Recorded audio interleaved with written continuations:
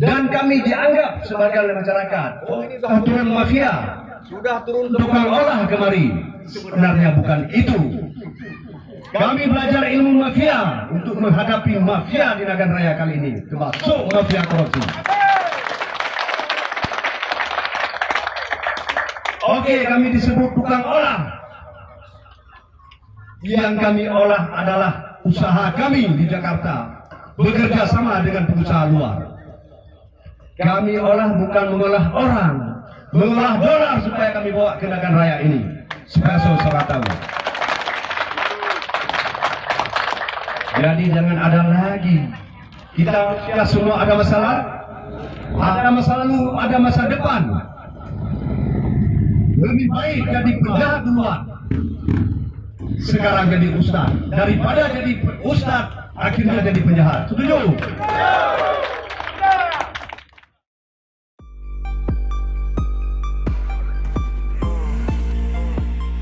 Namanya Iwan DP.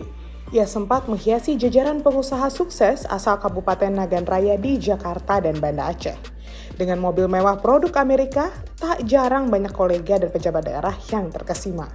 Bahkan untuk hal dan misi tertentu, Wan DP, begitu orang memanggilnya, memang dikenal cukup royal. Tapi, di balik semua lakonnya tadi ternyata menyimpan masalah besar yang kini membuatnya terpaksa bermalam di Hotel Prodeo alias kamar tahanan. Cerita miris ini bermula dari upaya Direktorat Jenderal Pajak atau DJP membongkar praktik faktur pajak fiktif pada 2023 lalu. Salah satu yang disasar ketika itu adalah Ahmad Yasir, seorang pengusaha asal Nagan Raya di Jakarta yang juga dikenal sebagai sohib dekat Wan DP. Nah, kabarnya dari pengakuan Ahmad Yasir lah petugas pajak akhirnya menyeret IDP alias Iwan DP dan ia dijerat dengan tuduhan dugaan merugikan negara hingga 170,29 miliar. Kisahnya begini, bermula dari dugaan bahwa Iwan DP menerbitkan faktur pajak yang tidak berdasarkan transaksi sebenarnya atau TBTS.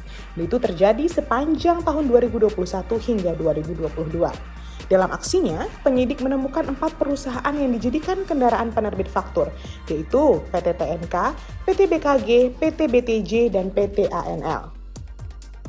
Direktur Penyuluhan Pelayanan dan Hubungan Masyarakat DJP Rosmauli kepada media pers di Jakarta beberapa hari lalu menegaskan, penyerahan Iwan DP ke Kejaksaan Negeri Jakarta Selatan merupakan tindak lanjut dari penangkapan paksa setelah tersangka beberapa kali mangkir dari panggilan penyidik.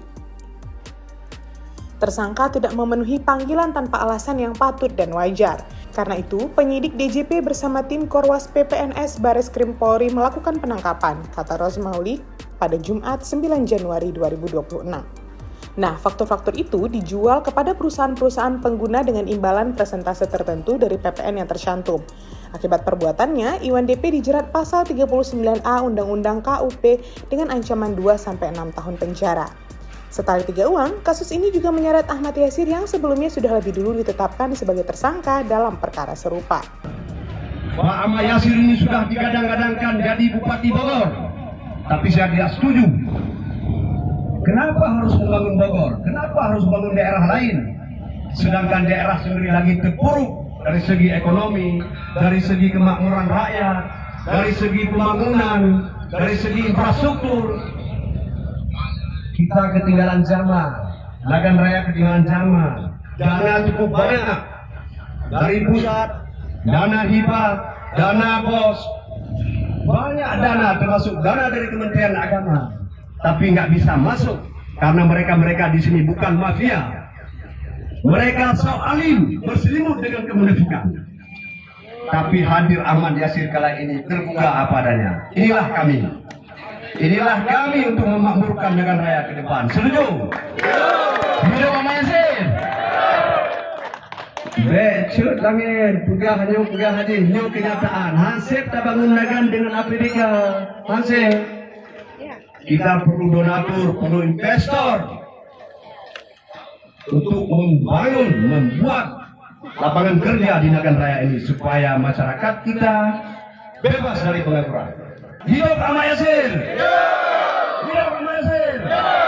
Allahu Akbar! Tapi, Yasir menuding penetapan dirinya tak lepas dari peran Iwan DP yang disebut-sebut sebagai aktor utama jaringan faktur fiktif. Menurut Yasir, konflik bermula saat ia menolak ajakan Iwan DP untuk membuka kantor usaha impor-ekspor di Jakarta dan bergabung dalam bisnisnya. "Saya tolak, buat apa bergabung? Kamu domisili di Aceh saja," ujarnya pada 21 Juli 2023. Tapi hubungan keduanya tidak berhenti di situ. Yasir mengaku Iwan DP sempat meminjam uang untuk sewa kantor, tetapi permintaan itu ditolak. 3 bulan kemudian, Iwan kembali dan kini meminjam rekening bank. Ia mengatakan, "Ada rekening Bang Yasir?" Saya jawab ada, dan dia minta pinjam. Saya bilang boleh, tapi ada fee 5-20 juta sekali kirim, kata Yasir. Belakangan, Yasir mengaku mengetahui dana yang mengalir ke rekening tersebut berasal dari hasil pajak fiktif. Sebagian dana dipindahkan ke rekening anak Iwan DP, sisanya ditarik tunai. 2 tahun kemudian, Yasir mulai dipanggil aparat pajak. Ia merasa aneh karena panggilan berulang, hingga akhirnya ia ditetapkan tersangka pada panggilan kedua. Yasir menuding Iwan DP bahkan menyiapkan pengacara pengganti dan menyarankannya untuk mengikuti arahan tertentu yang membuat banyak asetnya disita. Itu sebabnya Yasir menyebut dirinya korban rekayasa dan berjanji akan mengungkap fakta sebenarnya. Ia juga menyebut sejumlah perusahaan yang berada di bawah kendali Iwan DP antara lain PT Elang Indobara, PT Kencana Multi Indonesia, PT Bumindo Tantamajaya, PT Agro Nigatama Lestari, PT Tirta Nusa Konstruksi, PT Mandala Sentra Asia, dan PT Brantas Karya Gumilang. Sementara itu, Iwan DP membantah seluruh tudingan. Ia menegaskan tidak pernah meminjam rekening Ahmad Yasir maupun menerbitkan faktur fiktif. "Saya tidak tahu urusan itu, jangan masalah Ahmad Yasir digiring ke saya, siapa yang bermasalah tanggung jawab sendiri," katanya. Nama Iwan DP sejatinya sudah masuk radar penyidik sejak 26 Juni 2023 ketika ia dipanggil sebagai saksi dalam perkara dugaan faktur pajak TBTS. Namun setelah bertahun-tahun berkelit dan saling tuding, penyerahan tersangka ke kejaksaan menandai babak baru pengusutan kasus ini. Pepatah lama kembali terulang, sepandai-pandai tupai melompat, akhirnya jatuh juga. Selihai apapun menghindar, jejak faktur fiktif akhirnya membawa pelakunya ke hadapan hukum. Sebelumnya, pada 29 Maret 2022, Iwan DP dan Yasir pulang ke Nagan Raya dari Jakarta untuk silaturahmi dengan tokoh setempat.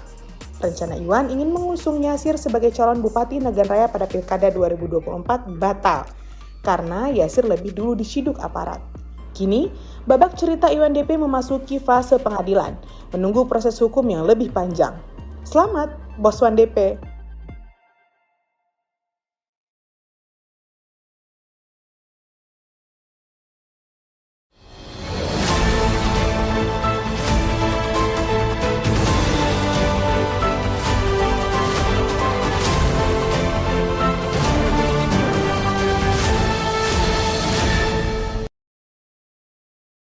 Jangan lupa like, komen, dan subscribe. Serta aktifkan lonceng notifikasi.